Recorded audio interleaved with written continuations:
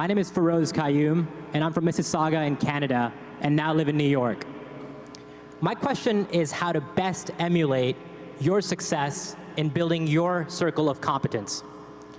Given the environment today in investing is a lot more competitive than when you started out, what would you do differently, if anything at all, when building your circle? Would you still build a very broad generalist framework? Or would you build a much deeper but narrower focus, say on industries, markets, or even a country? And if so, which ones would interest you? Thank you. Yeah, well, you're right. It is much more competitive now than when I started. And you would, when I started, I literally could take the Moody's Industrial Manual, the Moody's Banks and Financial Manual, and I could go through page by page, and at least run my eyes over every company and think about which ones I might think more about. But it's important. I would just do a whole lot of reading. I'd try and learn as much as I could about as many businesses, and I would try to figure out which ones I really had some important knowledge and understanding that was probably different than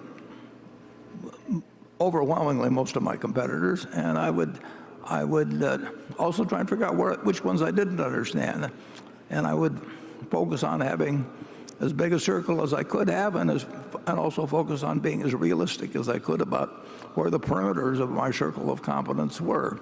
I knew when I met Lorimer Davidson in January of 1951, I could get insurance. I mean, what he said made so much sense to me in the 3 or 4 hours I spent with him on that Saturday. So I dug into it, and I could understand it. My mind worked well in that respect. I didn't think I could understand retailing. All I'd done was work for the same grocery store that Charlie had, and neither one of us learned that much about retailing, except it was harder work than we liked. And you've got to do the same thing, and you've got way more competition now. But if you get to know even about a relatively small area more than other people do, and you don't feel the compulsion to act too often, you just wait till the odds are strongly in your favor. It's still a very interesting game. It's harder than it used to be. Charlie? Well, I think the right strategy for the great mass of humanity is to specialize. Nobody wants to go to a doctor that's half proctologist and half dentist, you know. and